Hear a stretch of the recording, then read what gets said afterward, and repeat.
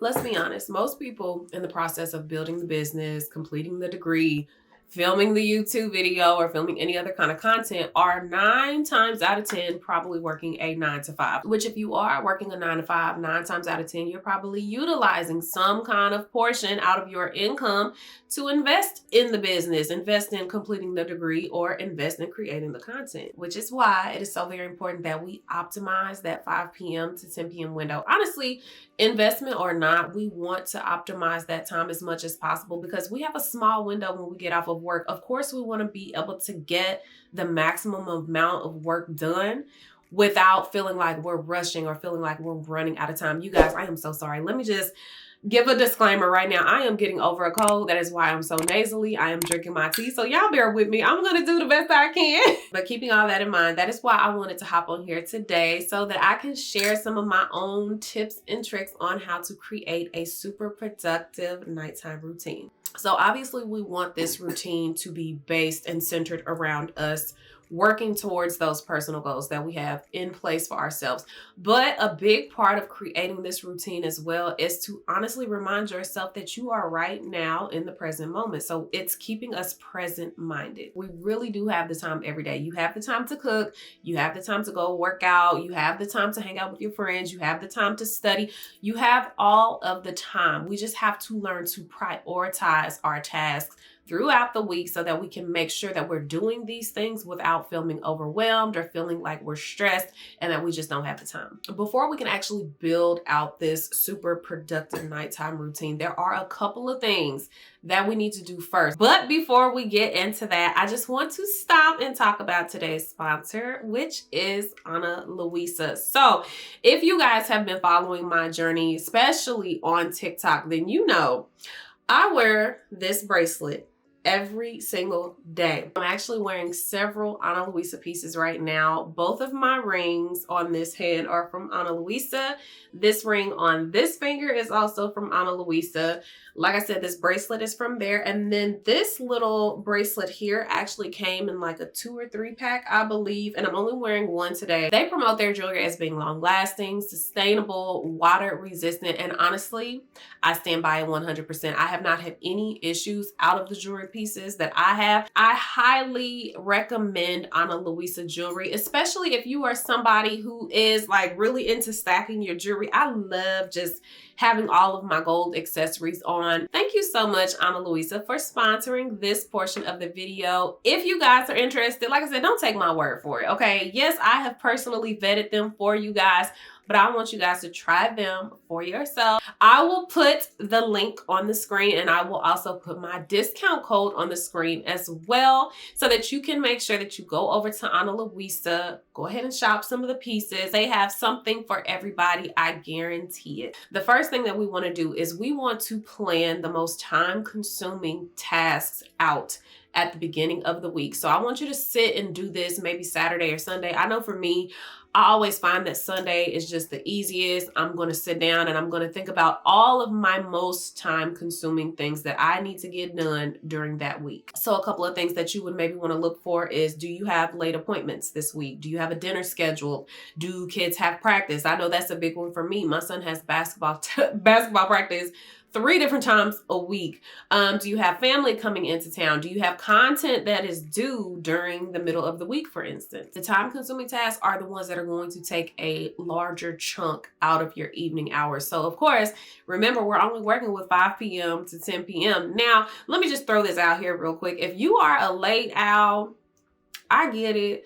But as for me right now in this season, baby, I'm prioritizing sleep, okay? So 10 p.m. is very much so the cutoff for me. Now, if on a weekend day, it might extend a little bit, but I'm prioritizing my sleep. So I literally only have this 5 p.m. to 10 p.m. window. With the time-consuming task, this is something that is going to take a larger portion out of that time. So personally, I like to start with writing down all of these tasks first because I am not going to schedule myself to do 2 time-consuming tasks in one day throughout the weekday. I might only choose 2 days out of the week to do time-consuming tasks. And then on the other days, I'm going to have a regular schedule or like regular items and tasks that I can do within 30 minutes to an hour that don't require me to take a larger chunk of time. So example, what that looks like for me, I told you guys my son has basketball practice. Between the commute to get there and back and actual practice time, that's like a 2.5 hour block. I'm not going to schedule myself to take him to basketball practice and then also do a YouTube video in that same night, because I know my YouTube videos, granted, only take me maybe an hour to film, but I don't like rushing through filming my videos. Sometimes, like, I know when y'all see the edited version, it's just like bam, bam, bam. Everything is, it's cutesy and put together. No. It takes me a little while sometimes to like really process my thoughts and convey it in a way that, that you guys understand, and hell, for that I understand for that matter. I'm not going to do such a time-consuming task and something that really takes a lot of my thought process. I'm not going to do that the same day that I have basketball practice, because what happens? I'm going to lose out time for all of the other tasks that I have to do for that day. I'm going to lose out on probably getting in the bed on time. If I don't get in the bed on time, what happens? Tomorrow or the next day, I'm not going to be my best. I'm not going to wake up probably at 5:30 like I've been doing. I'm not going to do my morning routine. So it's just like a domino effect when you try to cram everything in one night. It's just don't do it. Now, you ain't got to take my advice, but I'm just saying, I highly suggest don't do it. Overall, we have to plan to be productive, because when we think about it, if we're doing different tasks or we're in the moment of doing something, 9 times out of 10, if we know exactly what we have to do and it's lined out efficiently, we're not going to be interrupted. We get interrupted when we have all of these various things that we're all of a sudden trying to do, and then we forget about the things that we prioritize that we actually needed to get done. Second thing that we're going to think about before we even build out that nighttime routine, and I promise you, it's going to make your life so much easier. Please just think about what meals you plan on eating for the week. The goal is to optimize that little bit of time that we have. And I guarantee you don't want to waste that time worrying about minor little thoughts when you don't have to. Let me tell y'all this. One minor thought that always ends up becoming a huge debate in my household is what's for dinner. Now, mind y'all, I said I have 3 kids. Do you know one kid will come in and ask me, Mama, what's for dinner? And I'll say, oh, I don't know yet. Not even 2 seconds later, the other one will come in, Mama, hey, what's for dinner? I don't know yet. The third one will come in there, hey, Mama, what's for dinner? By the third time, I'm a little irritated. And granted, they like, well, I just came and asked. I know. But do you know how annoying it is to hear the same question repeatedly over times, like over and over and over? I have to remind my kids, baby, I'm one person. It's 3 of y'all. Okay? Like, just chill a little bit. That and can I have a snack? I promise y'all, if I could just get away with hearing, can I have a snack and what's for dinner? I would be just, oh my gosh, I would be so happy. Because literally when I hear that question, it makes me want to claw my ears off. Meal prep, crockpot meals, and having a weekly dinner menu, I guarantee is going to save your entire life. Because what you can do is you can start planning your meals according to your time consuming tasks. So again, going back to the example of basketball practice and YouTube, I try my best to do crockpot meals as much as possible on the days that I know I have time-consuming tasks. If my son has basketball practice, I'm going to try to shoot for a crockpot meal. If I cannot do a crockpot meal, that weekly dinner menu is going to come into play, because I don't have to sit there and ask myself, oh my gosh, what am I cooking for dinner? Do I have all the ingredients? Do I need to go to the store? Again, if I do this on Saturday or Sunday, I can already know in my head, okay, I'm cooking this for dinner on this day. I'm doing a crockpot meal on this day, and so forth, so on. On the time-consuming days, I can still get home. Even if it is past 7, 8 o'clock, I can still get home and do my own wind down time and do all of my other personal development tasks that I have in line for myself right now. And I've definitely gotten back to meal prepping because I eat differently from my family. I don't eat meat. I eat fish. I don't eat meat. Meal prepping comes in handy for me too, because I don't like to cook multiple meals during the week. I like to be able to just pull mine out, warm it up, and then I can eat my food as I'm cooking dinner. Probably, could sit down and enjoy my food. But again, I am optimizing my time. This is the third thing that you do before you actually build out that routine, and that is to identify your personal development tasks. So you guys just heard me say a minute ago, I want to make sure that I have time in my evening routine to still work on my personal development tasks. So identifying 3 to 5 tasks at the beginning of the week, and honestly, these might not rotate. Like you might have just an overall set 3 to 5 tasks that you're working on for extended periods of time, but you just put them into different places throughout the week, or maybe you work on all of them.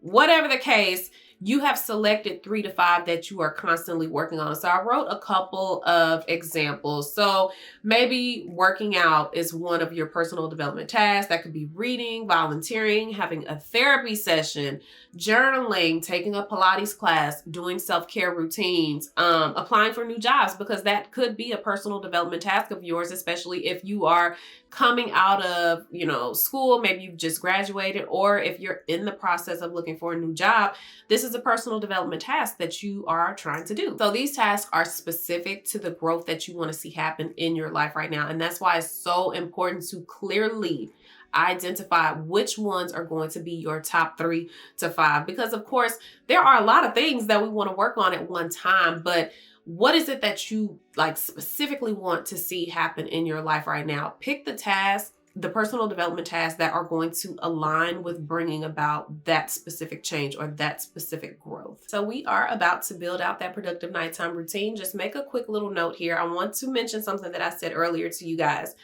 3 nights out of the week are going to be very similar, while 2 nights out of the week are going to be very similar with those time-consuming tasks. Now, that works for me. Obviously, I have 3 kids. I have other responsibilities that I have. If you are someone who is single and you don't have to do all these various things with your time and you have a lot more time on your plate, do whatever you feel is necessary. If you want to increase doing time-consuming tasks to 2-3 nights a week, go for it. Just do whatever is best for you. Now, I will say I don't suggest anyone do time-consuming tasks after 7 p.m., especially if you work a 9 to 5, because I want you to keep in mind you have just worked a 9 to 5. You have to do whatever your time-consuming task is before 7 while you're still operating on peak energy. That way you can produce that high quality work that we all want and love. We want to produce that high quality. So try to do it before 7 o'clock. Again, these are just a couple of little things that I forgot to mention earlier. I'm going to share with you guys my non-time consuming, super productive evening routine. 4:30 to 5, if I'm getting off of work, 4:30 to 5, I like to give myself a brain break. Again, I've just stared at a computer for 8 hours, 9 hours of the day. I'm just like, okay, let me just withdraw myself from looking at any types of screens right now. I like to just relax. This is something that I feel like everybody should do, to just give yourself a moment to breathe, because sometimes we have a lot that we're dealing with at work, and you just need that moment to kind of reset before you go into your evening activities. I am a multitasker, so from 5 to 6, I like to get dinner started. I don't care if it takes me a little longer to cook dinner, because again, I'm not doing anything that is super, super time consuming. So on these days, I like to try new recipes, but I said I was multitasking because a lot of the times when I'm cooking dinner between 5 and 6, I like to have my kids come in the kitchen. And if they do have homework that they need help on, I try to do that between me cooking dinner. So like I'm right here, I can pop over to the table if they need help with something. This is a time that I feel like is good for multitasking, because I can cook, I can help them, and kill 2 birds with one stone. Personally, for me, between 6 and 6:30, I like to make sure that I have all of my short form content completed. I do not do social media after 8 o'clock. That is something that I am like really sticking to this year, because y'all already know, if y'all have seen a couple of my other videos, I told y'all last quarter, baby, your girl was all over the place. I was so lost. I just was really in a bad headspace, and I am not doing that to myself this year. Not doing hustle culture, not trying to move on everybody else's timelines and journeys. No, I am me. I am here, and that's all it is. So I like to make sure that I have all of my posting out of the way. That way I don't find myself trying to post something at 7:50. And then, the rule of thumb is, oh, well, you have to stay on there like 15, 20 minutes to make sure you respond and engage. I don't even cut it that close. 6 to 6:30, I want to make sure every single thing that I need to do is done and posted for the day. So from 6:30 to 8 o'clock, that is a time window for me where I'm like, okay, what needs to be done? Because sometimes we push things off from one day to the next, or maybe it's that you want to stay ahead and stay on top of something that needs to be done.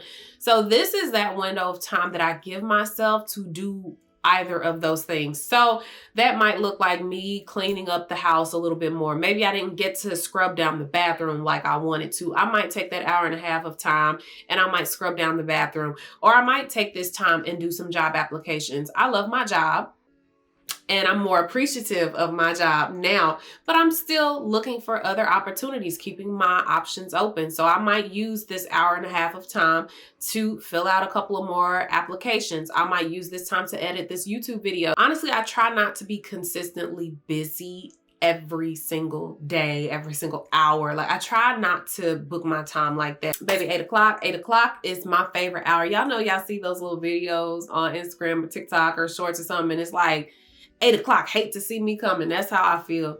8 o'clock, baby, on the dot. That is my wind down time. And I love my wind down time. I do not skip my wind down time. This is when my digital detox begins. I like to be phone free for the last 2 hours of my day. Like I said, I don't get on social media. I stop checking emails. I stop getting on the phone now. From time to time, I might do a little internet shopping. But for the most part, I like to be phone free. I don't even answer the phone. Like if somebody calls me, which not too many times does anybody call me after 8 unless it's my mom, my dad, or my brother. I will answer for those 3 people. And of course my husband, but he's already at home by that time. But my friends don't call me after 8 o'clock. We have a mutual understanding unless it were something like a dire need. Like I have to talk to you, something's happening. In that case, yes, I would answer. But for the most part, like I said, my friends don't call me after 8 o'clock and I love it that way. My wind down time is a whole mood and I have a whole process to how I do it. So I come in my room, I immediately turn on my YouTube. I turn on some type of evening jazz music. 9 times out of 10, I'm still going to Cozy Apartments. I told you guys this probably last year. I'm still going to Cozy Apartments. But there's a couple others that have popped up as well. But I turn on some type of smooth jazz because after 8 o'clock, I don't watch TV. I rarely actually watch TV. If I do watch TV, I watch it during work hours or like earlier in the afternoon. But for sure, after 8 o'clock, I do not watch TV. I listen to jazz music and I set like a nice little mood in my room. After that, I'm stripping off my clothes. I want to get out of everything that I've had on. This is why I talked about Ana Luisa jewelry earlier, because a big part of my wind down routine is getting out of everything. I told you guys it's a whole mood, and the way that I have my jewelry set up and I have my Vogue magazines, it just makes me feel like I'm romanticizing the whole process. After the jewelry comes off, the clothes come off, I'm putting on my robe because I'm preparing myself obviously to do my shower care routine. But I also light my candle. And like I said, it's just a whole entire vibe that I like to create. I love to romanticize this process because it just makes me feel that much more present in today, in the moment. And that is such that's such a big deal to me right now, is staying present minded. So after I set my little environment, I of course go do my shower care routine, because when I come out of the shower, like think about when you walk into the room and you've got this whole vibe, you've got jazz music playing, you've got candles burning, it smells good, like And of course, once the shower care and all of that is done, I do come in here and I do my skincare routine. That is a given. On some nights, I will do a mask. On some nights, I'll just do my regular skincare routine. This pretty much takes up that entire hour, like between the shower, between my skincare, between just getting everything set. That usually takes me about an hour, so that by 9 o'clock, I am literally in the bed. Now, I'm not asleep. But by 9 o'clock, I'm in the bed because I told you guys journaling has very much so become a priority for me. That is one of my personal development tasks. So when I get in that bed, I have a reminder on my phone at 9 o'clock to journal. Now, it doesn't take me very long because I have a 5-minute journal, and the evening questions that it asks you, it's only 2 questions. So literally it takes me less than 5 minutes to do that. But I always make sure that I fill out that journal every single night. And for the most part, I do read in the morning, but if I don't get a chance to read in the morning, I always make sure that I leave some type of cushion at nighttime. 9:30 to 10, I'm getting my kids in the bed. I'm kissing them goodnight. I'm just making sure that everything is set for the next day. And that is my routine. So within that 5 to 10 p.m. window, on some days, I'm able to still get, my YouTube stuff done or film content, which is, again, investing into the business that I'm trying to grow. But I'm also allowing myself on other days to take a beat and just rest and get my mind together. But I'm also doing all of my personal development tasks every single day. So of course, everybody's schedule is not going to look like mine. It's not meant to look like mine because I am me and you are you, okay? But I hope that you were able to get some inspiration on how to build your own super productive nighttime routine. So I really hope that this video gave you guys some encouragement, gave you some really clear tips on how to build out an evening routine for yourself. That way you are super productive and that you are optimizing all of the time that you have available to you. And again, a huge thank you to Ana Luisa for sponsoring a portion of today's video. One more time on the screen, you will see my discount code. I will also provide the link on the screen as well as in the description box. We're gonna get it together. That is all that I have for you guys today. We made it through because baby, when I was doing my little bit of makeup this morning, I said, Lord, I know I'm gonna have to blow my nose, but we made it. Pat on the back. Hey, I am about to head out. Until next time, my loves.